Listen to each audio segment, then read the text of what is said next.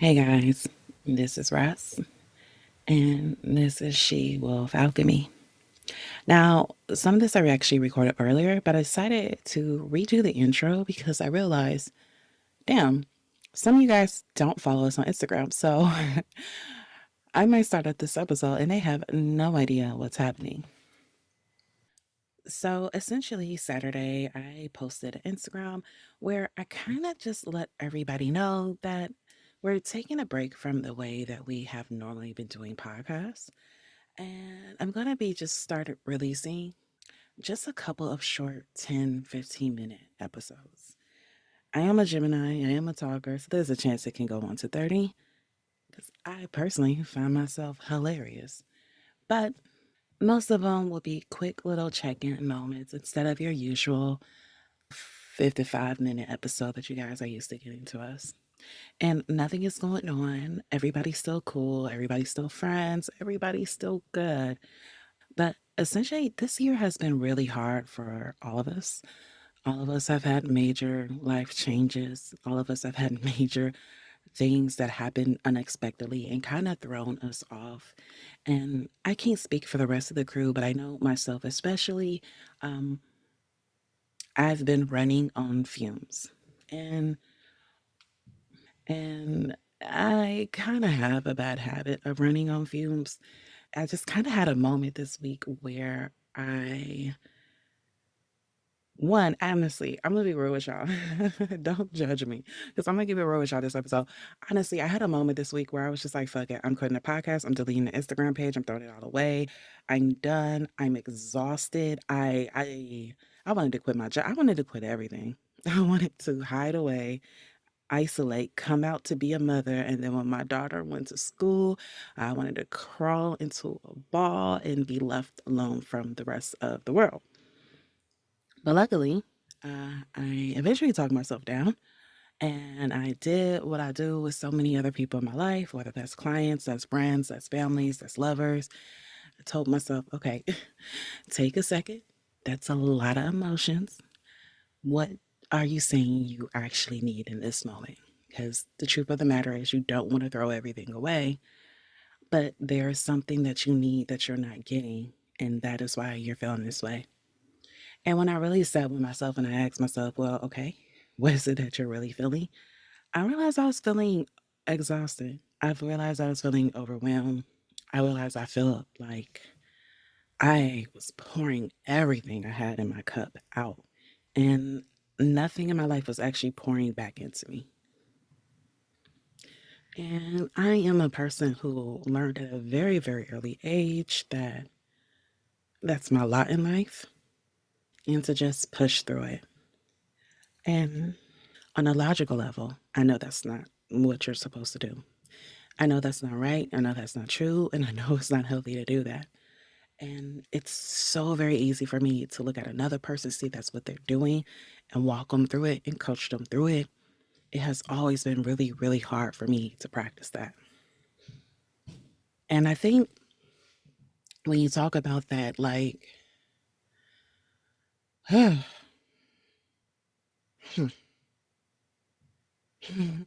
going to see if I even release this episode. I feel extremely vulnerable right now. I think there can be points in time where we know what the logical thought is. We know what thoughts are illogical and, what's the right way to do things. But life experience has taught us, yes, but that is for other people. That has never been how it worked for you. That is not how it works for me. And for some of us, we got 20, 30, 40 years of life teaching us, seemingly teaching us, right? But that's that healing, that love, that if you walk the right way, you walk the right steps and you do all the healing things, you get to be healed at the end. But for some of us, it feels like, yeah, but that works for everyone but us. And I know myself personally, I have been going through a season where it felt like I was just going through a lot of pain. And it felt like that pain was helping to heal and help lift up so many other people except for me. In Greek mythology, um, that's not astrology, but a lot of astrology correlates with Greek gods and Greek mythology and stories. Yeah, it doesn't matter. Yeah, I don't care about that. But there is this healer called Chiron, right? And Chiron is known as the wounded healer. For all of my psychology girlies, if you are a Carl Jung fan, you've heard all about the wounded healer. And essentially, Chiron was like considered to be this like wise teacher, this like healer who could help everybody. But see, he accidentally got into this battle, and in this battle, he got wounded. And even though he was a healer, he got this wound that would not heal. It wasn't his fault. He was stuck completely by accident. He wasn't even an intended target. He was shot by Hercules, who again was not trying to shoot him, but because it was Hercules, Hercules had these arrows that were like poisonous. And it was made from Hydra. It was this like snake monster in Greek mythology. I promise y'all, just stick with me. I'm gonna stop geeking out on the mythology, but stick with me. It has a point. And the thing about this arrows being made with Hydra's blood is that it was supposed to be fatal to anyone that touched it. But see, the problem was Chiron was actually immortal. He could not die, um, which you think would be a good thing. But because he could not die, that meant that after he got shot with this arrow with Hydra's blood, it meant that he was just alive living with that wound. And because it was from Hydra's blood that was so strong that would have killed anybody else, it just created this pain that could not be healed, even though he was a healer, even though he was known for healing, even though he was healing like literally everyone else. And so he just kind of lived in this cycle of like endless pain, still helping people, still teaching people, still healing people, all while his wound never closed and never healed. And that's where we kind of get this phrase, wounded healer. And when we talk about it in present times, we're really talking about a person who everyone comes to for help, but they can't seem to heal themselves. Now, in the story, Chiron eventually got tired of hurting. um, it's one thing to hurt and struggle with healing, it's another thing to hurt and then watch the pain that you went through actively help heal everyone but you. It almost feels like the universe is playing in your face. And like, here's the tragedy of it all. He felt pain that never ended because he couldn't die. So that means he had a pain he could never escape from. He had to day in and day out go and stop the suffering of others, not being able to stop his own. And he kept doing it. He kept teaching, he kept healing, he kept helping everyone else, even as his own body felt like it was breaking down in pain. Now, of course, eventually he got to the point that he was like, I can't take it no more. And he wasn't angry, but he was tired. Tired of being like the strong one, tired of hurting in silence, tired of pretending that wisdom makes you immune to pain. Now, while he's saying this to the gods, he's tired. He's please just end this. As this is going on, there's also this other being, Prometheus. Now, Prometheus is a guy in Greek mythology. We gonna skim past it, but like essentially he was punished by the gods, right? Prometheus was chained to a rock for giving fire to humans, right? And like every day, an eagle would come and eat his liver, and every night it would grow back. He offered to take Prometheus' place. Because here's the thing, when Prometheus was given that punishment, the punisher would only end if an immortal decided to give up their life for him. And Chiron was just tired. He was in a lot of pain. He decided, okay, I want my pain to stop. I'll take the place of Prometheus. And so Prometheus was set free, and Chiron's immortality was lifted. And Zeus eventually placed him among the stars as a constellation. So, and the story goes so that his wisdom could continue to guide humanity from the heavens, right? And that whole ending of that story is not about tragedy, but it was about transcendence, right? And that story has always really, really stuck with me, has always really, really spoke to me because I feel like I've always struggled with feeling a little bit like Chiron. Like, just walking around with wounds I did not cause. And recognizing those wounds are a big part of a lot of the good I do in the world, right? Those wounds have taught me a lot that I have been able to use to teach others, I've been able to use to help others heal, but always holding it while still kind of struggling, holding on to my own pain. It just kind of always been there humming in the background. And the thing is, sometimes strength isn't about enduring pain.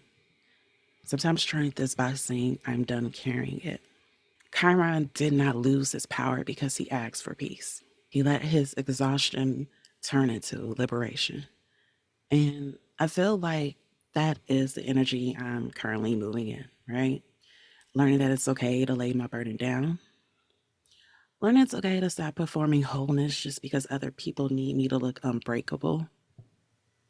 The story of Chiron, often the focus is about the pain, but for me, the drive home has always been about that release and recognizing like healing doesn't always have to mean getting better, quote unquote. Sometimes it can mean letting go of the part of you that thinks you have to stay in pain to prove your worth. So, with that said, I've been a very long season of doing a lot. It's been a very, very long lifetime of that.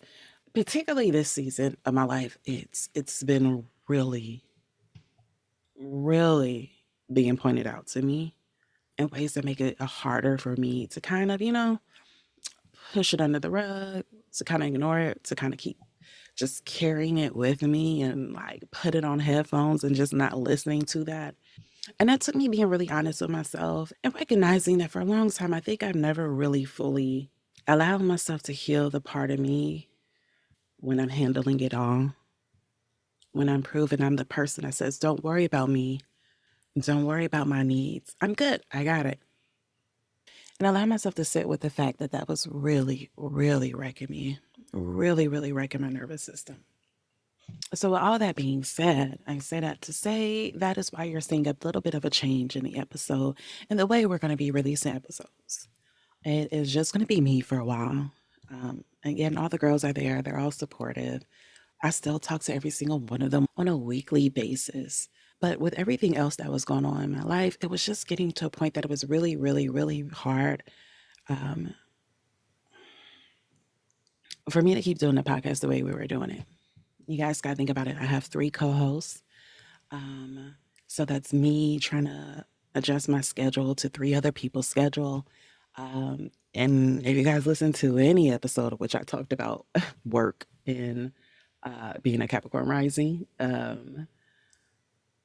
you would know that another thing that I kind of struggle with is like on top of that, I am working in a ridiculously crazy work schedule right now.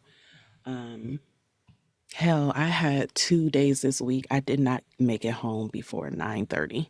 So between the work schedule that I have, between the fact that I'm now back studying in an astrology program, between that, being a mom, learning marketing, trying to keep up and stay in tune with what's new in marketing, again, balancing 3 other women's schedule, trying to make my schedule where I don't even have time for myself, adjust to their schedule, writing all the treatments for all the episodes, doing all the editing. And I am not a editor. I did not go to school for this. It's literally me and my computer learning as we go. So whenever we're having an episode and you're like, oh, why does it sound like that? It's because I am not an editor. It is me and AI trying to figure out how to do this thing together. And AI just came along. It was me and my ADHD trying to figure this out for the first 2 or 3 years. Then I had a lot of other things on top of all of that happening in my personal life. And it was just too much, y'all. It was just too much. And it got to the point that I was like, yeah, burn all this shit now. If you know me, you know I'm real good at burning bridges because the way I look at it is if I have to go back, it's okay because I know how to fly. But I love me a good scorch the earth method way of leaving. But because I did not want that to be the only option, I said, okay, but what is something I can do to still keep the podcast alive, but in a way that feels manageable. And so, ta-da, that is how you guys are getting these little quick check-ins, little moments of rest for the time being, just so I can give myself a chance to recalibrate my nervous system, really take care of me the way I'm used to taking care of others. So, with that said, I thought today would be a good time to kind of dive into that very topic, which is running off the idea on the thing that makes us useful, lovable, functionable is that we have to be saving, we have to be doing, we have to be teaching, we have to be healing, we have to be loving, we have to be doing for someone else and wearing that as our whole identity while not recognizing that it's essentially a trauma loop.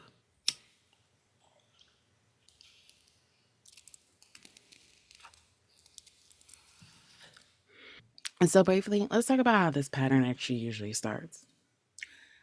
Early on, for a lot of us, love is sometimes demonstrated as conditional, right? You need to be good, you need to be useful, you need to be needed. And that teaches your nervous system that helping equals safety. And so not only do we start identifying with us being useful, us being needed as a personality trait, but it's the thing that we think keeps us safe. And the truth of the matter is, it always gets to a point where it wrecks your nervous system. You don't get to bypass it. There's some of us that I think we convince ourselves that, like, oh, well, for other people, and it's hard for other people, but this is what I do. But it always catches up with you. Now, I've talked about this before on the podcast. This is definitely a thing I know that came from my childhood. I had two very busy parents growing up, great parents, loving parents, but I also had parents that were going through a lot that just happened to fall in the middle of my childhood. A lot of times it was not their fault. And also for some of my parents, some of the things was just them doing better than what they got. And I know that and I understand that. And I know some of the things that they went through in their childhood. But this idea that love is conditional and that I need to be useful, I need to be good, I need to be a certain version of myself to be loved was definitely something conditioned very, very early on. Um, and I talked to my father about this a couple years back, but my dad used to do this thing where if he was mad at me or if I did something he disagreed with, that he wasn't happy with, he just would not talk to me. And I don't mean like as he's fighting this thing out, instead of yelling, he's not talking. I mean, he would go sometimes a whole week of us living in the same household. He's saying, "Good morning, Dad. Hey, Dad. How was your day, Dad?" And he would look at me and he would say nothing.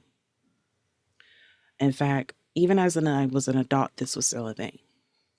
There was a time where my dad, he struggles with some heart issues and he was in the hospital. And I didn't know this. I was calling him and I hadn't heard from him for a while. So I'm calling and I can't get through. And so like I'm calling around, like, wait, what's going on with my dad? And I couldn't really get anybody. And so like a day or two passed, and then my dad finally calls me and he told me that he was in a hospital, that he had to get another stent in his heart. He was going to be there for a couple of days. He was fine. Don't worry about it. It's no big deal. He's good. Don't take off of work. Don't come to Ohio. He's fine. And I was worried and I was concerned, but I wanted to listen to what he said. So I said, okay, Dad, but I need you to start answering your phone. I need you to let me check on you, blah, blah, blah. And he said, okay, I love you. I will. I then decided, okay, well, let me call my brother and let him know because I know my dad didn't tell me, he didn't tell my brother. So I reached out to my brother on like Instagram. I was just like, hey, just so you know, Dad's in the hospital. They had to have another stent put in. He's doing fine. He's doing good. But I just found out and I figured you probably didn't know. So just kind of wanted to kind of keep you in the loop. And my brother was like, hey, thanks so much. Yeah, I had no idea. Good looking out. And then a day passed and I went to reach out to my dad because he told me he was still being in the hospital. And I was like, hey, Dad, are you okay? Just checking in on you. And he didn't reply to that text. So I was like, okay, well, he might be asleep and stuff. Let me give him a call a little bit later. I gave him a call, did not reply, left him a voice message. 2 days passed and I still hadn't heard back. So I'm calling him again. And I'm texting him, he's not answering. I freak out. I'm like, did the man die on me? No one told me. And so I reach out to my brother. My brother's like, no, he's fine. I talked to him last night. And I was like, really? He was like, yeah, yeah, yeah. I actually talked to him a couple times since you told me. And I was telling him, like, yo, I've tried to call and text him multiple times and I have not heard a word. And he's like, yo, I don't know.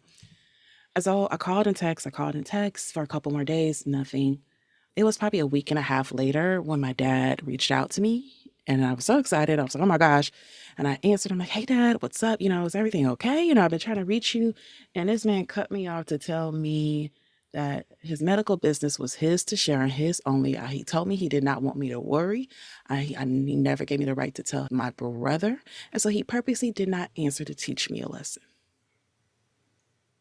And it really hurt when he said that because it reminded me of all the times in my childhood. And at the time when he did this, it was something, you kind of just stuff in your unconscious. Like I remember it was a thing, but like my mind didn't equate it to this big thing, right?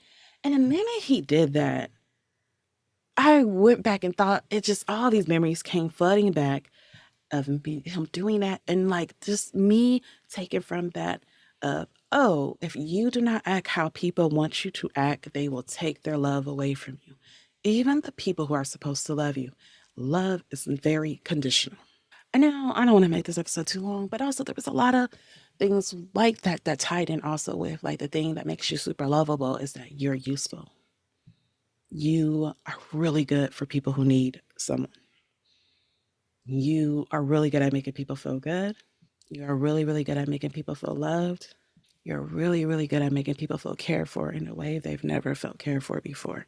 You're really good at making people feel like, damn, I've never had a friend like this. You're really good at making people feel like, damn, I've never had a woman love me like this. You're really good at making people feel like, damn, I've never had a coworker this kind. And I really, really struggle with over identifying with that because for a long time, knowing that that was a skill, knowing that that was especially, and knowing how to use that, that is what kept me safe. It's what kept my dad talking to me. It's what kept me in a loop in certain family circles. And because I had learned that very early on in my home, it is what I believe was safe in all my other future type of relationship, friendships, romantic, all of that, because just took it with me. And so no one ever got to know a version of me that was not showing up as that. And what that causes you to do, it causes you to overfunction. It causes you to overfunction in friendships. It causes you to overfunction in relationships. Hell, it certainly causes you to overfunction at work. You start feeling guilty for relaxing. It almost feels like you have to earn every exhale that you have. And that can create a situation where all of these things, friendship, relationship, work, all these roles in which that's how you show up, start to just exhaust you and start to kind of make you feel a little bit of that resentment. Now, I've shared before on this podcast, like in the past, I mean, probably still now. I don't know. I haven't really been testing it. But definitely in the past, I feel like I can be honest with myself that I was really, really horrible at relationships. And I'm very aware of the fact of why I was horrible in relationships because I would show up over functioning and then I would resent the people. And that resentment would slowly just kind of turn to hate, to be honest with you. And then, kind of like I talked about earlier in this episode, because I would wait till it got to that point for me, I would then do the scorch the earth method and burn that shit the fuck down. And for some of us, when we get to that point, we then just retreat, right? We retreat from it all. We do the scorch the earth method, we burn it down. Our friends are like, girl, it's been 5 weeks. Why haven't I heard from you? You was saying that man was the love of your life. Why did you just find a reason to break up with him and then end it and block that man on everything and just went about your life like that whole phase did not even happen? And it's because for a lot of us, because we have learned that our role is overfunctioning, that there's safety in overfunctioning, and we've learned to love by overfunctioning, we believe that we can't love without doing that. And so when we get into that level of exhaustion, it feels like the only option I have is to be by myself because it's the only time I don't overfunction. It's the only time I'm not feeling overexhausted because being with people means I have to put back on that role. I got to put back on that hat. And I don't think I have the mental capacity to do it right now. And so we isolate And the isolation can last for some people just a few hours, for some people just a few days. For some of us, it can be several weeks. Again, you learn how to love by over functioning folks. So now being around folks feels exhausting. And it feels like, well, the only way that I can be safe now is to be by myself because at least I won't overfunction, I'll rest. But you have to learn how to function with others. You have to learn how to rest with others. You have to learn how to be with others and not be needed, not be anything but you. And for some of us, we know that and we know how to do that, but we keep getting ourselves stuck in this cycle where we can forget it for a little while. And then we start this whole cycle of being useful, being needed, being helping all over again. Then we have that little crash out moment. We isolate and then remember, yes, I learned skills about this. I don't know why I didn't use them. And then we use them for a little bit and then we start the cycle back over. And so it always feels like we are in this internal loop of I can be with the people like being around me. I'm good for the people. I'm healing for the people. People feel safe with me. Oh my gosh, now I don't feel safe with people. I need to be by myself. I need to have rest. I need to isolate. I need to hide away. Repeat. And this can show up in many, many ways. This is a super personal episode. I think I'm gonna regret it because there's so many people who I actually know in real life who have just start telling me that they listen or they know the podcast. I don't feel great about that with this episode, but I guess we're gonna keep going. But yeah, that can show up in many ways. So I know for me, one of the ways it's kind of always showed up that I struggle with, and that I've always kind of struggled with the idea of me really, really being in love and me like growing old with somebody, right? Like I like the idea in theory, but for a long time, even now, sometimes trying to picture a long-term healthy partnership makes my body literally flinch. And I had to recognize this because I think my body associates love with remembering exhaustion, control, caretaking, things I know how to perform, things that I think keep me safe, but things that my body knows and reacts to as not safe. So it's almost felt like my mind will block out that image to protect me. And I don't mean, by the way, when I say long term, so far, it's not that I don't believe me like being in love or being in a relationship, or having like a proposal or anything like that. But it's like I never could picture that image of like, and this is us living in a house together, and this is us buying a home together, and this is us making major decisions together. I never really got the picture of like, and then this is me being with his family for Thanksgiving. And this is like, I've always kind of like my mind won't allow me to go there. I was talking to a girlfriend the other day and she was talking about like how it's been so long since she's lived with a man. And she was just like, oh, but I want him and her bathroom sinks and I'm a blah, blah, blah, blah. And I just kind of was like, huh. And she was like, what? And I'm like, girl, and here's the thing. I've actually lived with the man. I was engaged to somebody. We lived together. We did the whole thing. But I realized like I couldn't picture those things. And I was like, girl, I can't even picture that. And she's like, ha ha ha, right? I know it's hard to picture. And I was like, no, like I literally, like I tried to. And like, how sometimes you get like a really bad image and you just like have to shake it out your head like an etch and sketch. Like that was my reaction when I was sitting there trying to. And I really had to sit there and think about why. And it was like my body was trying to protect me because I have somehow intertwined love with exhaustion, with overdoing, with overfunctioning. And my body knows I do not feel safe doing all of that. And I know the things I have to do to undo that. As I start doing them. And this happens to me every couple of years. I know what I'm supposed to do. I let it get to the end. So I'm fully exhausted myself. And then I'm like, remember, you got skills and tools and stuff. Use it. And then I use it and I forget. And then I forget. But I'm not going to forget this time. When you struggle with something like this, you have to learn to reteach your body. You have to learn to teach your body that love is not silent and that love is not transactional. Now, there's lots of ways that where you're like, well, how do I teach that by myself, right? But there are small things that we can still do while we're by ourselves to help us reteach our body. That we do not have to overfunction for love. That control and being needed and always being useful is not safety. And you can do it in small ways, right? So, one way that I've seen work a lot to help get you back in this mode of taking a step back and allowing yourself to operate a normal baseline is by receiving small things. You might be like, okay, rest, receiving what? But allowing yourself to receive small things like compliments. Let somebody compliment you and don't feel the need to turn it back on them or downplay that compliment. Take the compliment. Thank you. Allow yourself to rest in that. Take the help. Allow people to help you. Allow people to know that you have needs. Allow people to help fulfill those needs.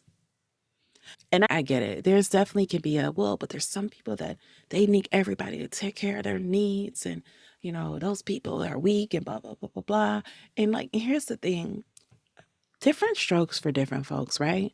For some people, their journey in life is learning how to fulfill themselves and fulfill themselves all on their own. Because, yep, they look in turn for everybody to help fulfill their needs. But that's not everybody's story. For some of us, we do not know how to let other people help take care of our needs. We take care of everybody else's, and then we try to take care of our own. And usually, taking care of our own is a second or third thought.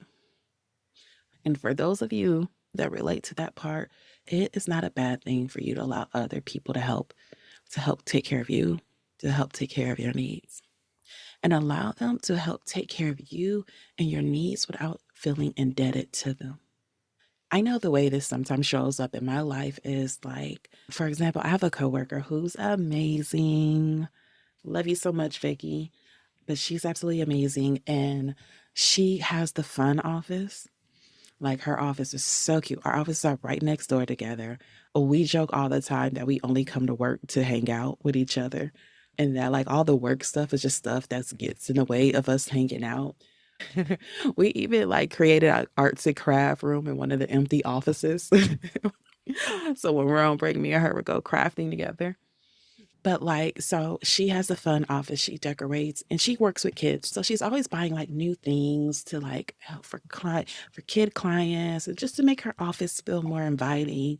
Whereas my office is like, I am ready to leave at any second. I ain't got no personal things in that damn office. If I decide y'all get it on my nerves today, I ain't gotta make no plan because everything's already in my trunk. I don't need boxes. I'm good to go now. Now, with that being said, uh, Vicky always buy new stuff, and whenever she buys new stuff, she like almost 70% of the time also buys something for me in my office. And she's always like, girl, it was cheap. It was nothing. It was a bit, she'd be like, girl, this was at the Dollar Tree. Like, you good. But she will like knock on my little door during like lunchtime or during one of our breaks. And she will come in like, here, this is for you. And it will be a new sparkly journal and a fancy pen. Or she knows I have a daughter. And so she'll just get my daughter little stuffed animals or toys every now and then. I, in reaction, am always like, oh my gosh, this is so amazing, so sweet. Okay, so I'm gonna bring in coffee tomorrow. I'm gonna bring in chai tea latte because I know you love those tomorrow. I am going to like, how can I make up for this? Okay, when we go to lunch, I'm gonna pay for our lunch. I'm gonna blah blah blah. And that's not to say that that's a bad thing. It's good to have friends that reciprocate. It's good to have friends that are like, I'm not trying to run over you. Let me give and give back.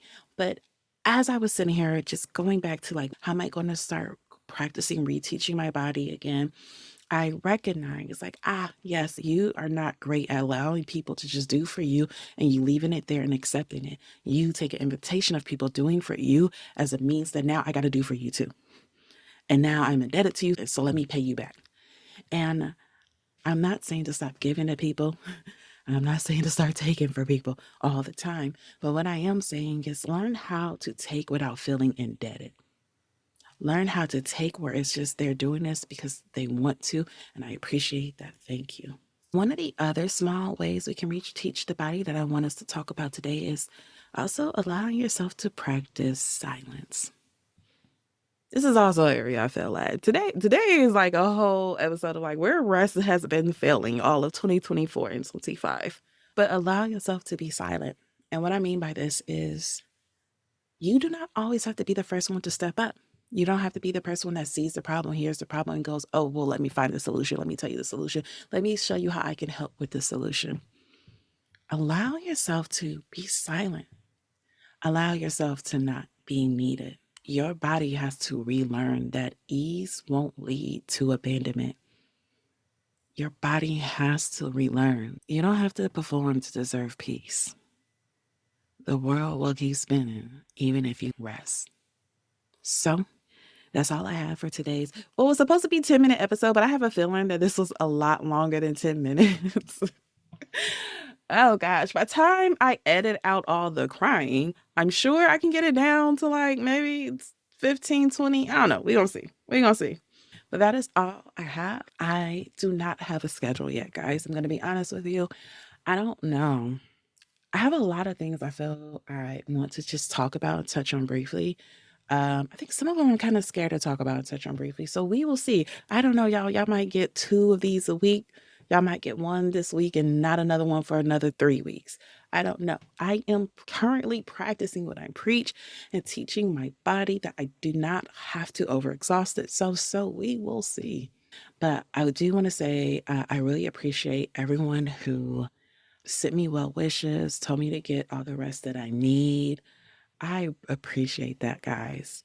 The least I can do is start working on reteaching my body that it's okay to receive things and that ease won't lead to abandonment, ease won't lead to failure, ease won't lead to unsafety, but practicing the things we talked about today.